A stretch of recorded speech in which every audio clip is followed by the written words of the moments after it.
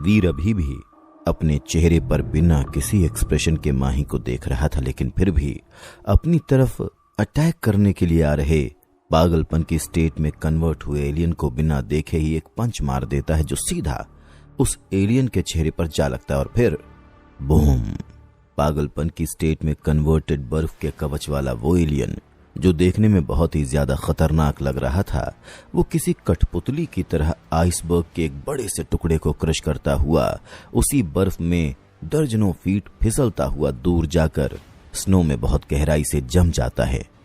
कुछ ही पलों में वीर को उस एलियन के चारों तरफ बस खून ही खून नजर आता है। उसके तुरंत बाद ही वो एलियन हिलना डुलना बंद कर देता है। अपनी आंखों के सामने का ये नजारा देखकर माही ऐसे फ्रीज हो जाती है जैसे कि उसने अपने सामने वीर को नहीं बल्कि किसी भूत को देख लिया हो।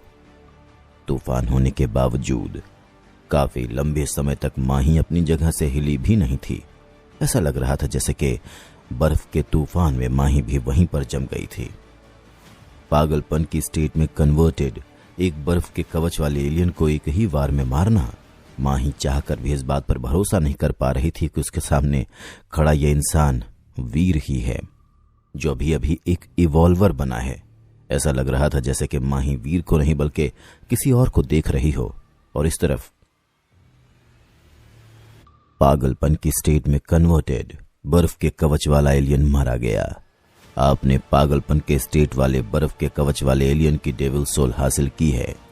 0 से 10 प्राइमरी जीन पॉइंट्स हासिल करने के लिए इसकी एनर्जी हासिल करें या इसका मीट कंज्यूम करें।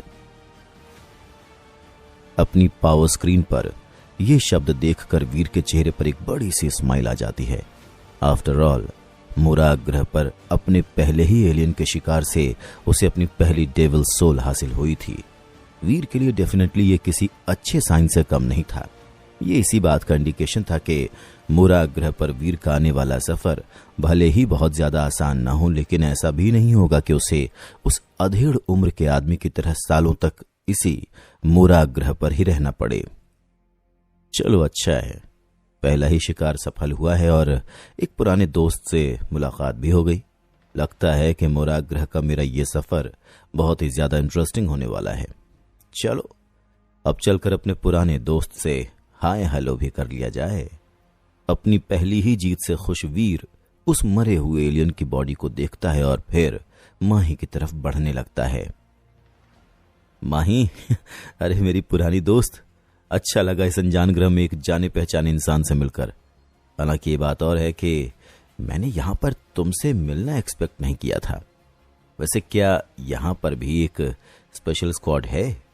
उस मरे हुए एलियन की बॉडी को वहीं पर छोड़कर वीर माही के पास जाकर उससे पूछता है, क्या कहा तुमने? अभी अभी जो हुआ उसकी वजह से माही अभी तक शॉक में थी और यही वजह थी कि शॉक से उबरने में उसे अच्छा खासा समय लग गया था और वो वीर की किसी भी बात पर ध्यान नहीं दे पा रही थी। मैंने कहा कि क्या यहां पर भी स्पेशल स्क्वाड है?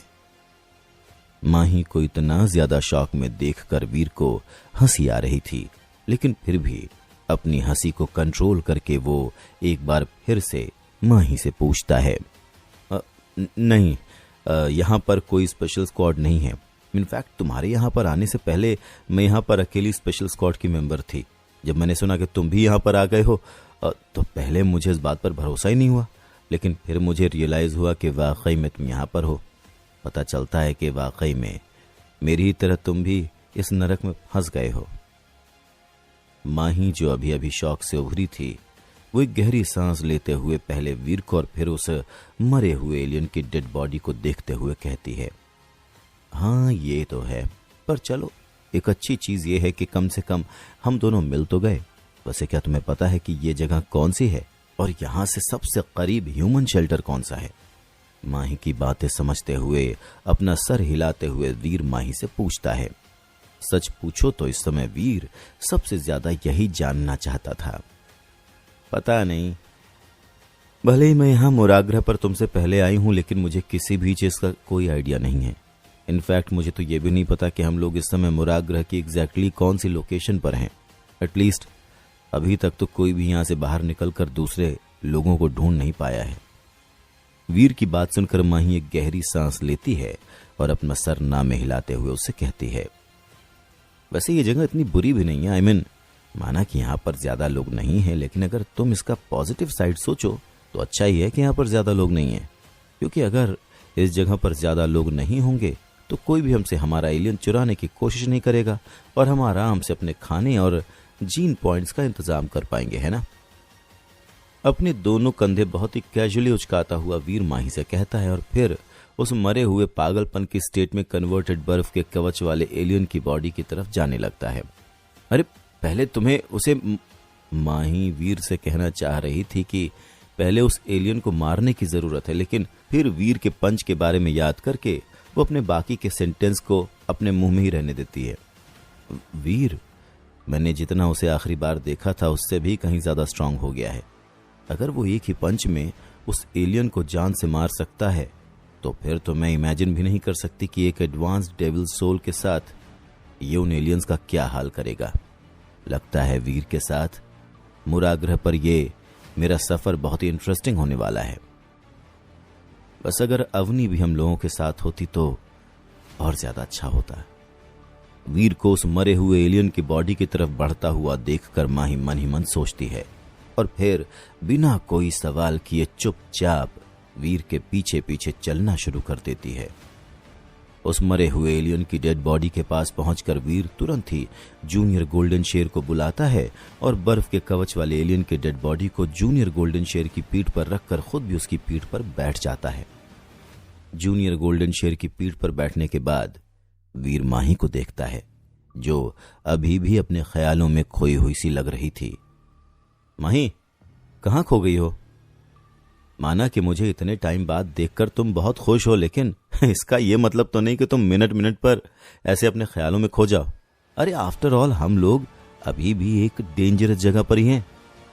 माही को अपने ख्यालों में कहीं खोया हुआ देखकर वीर उसकी आंखों के सामने हाथ हिलाकर उसे वापस होश में लाता है।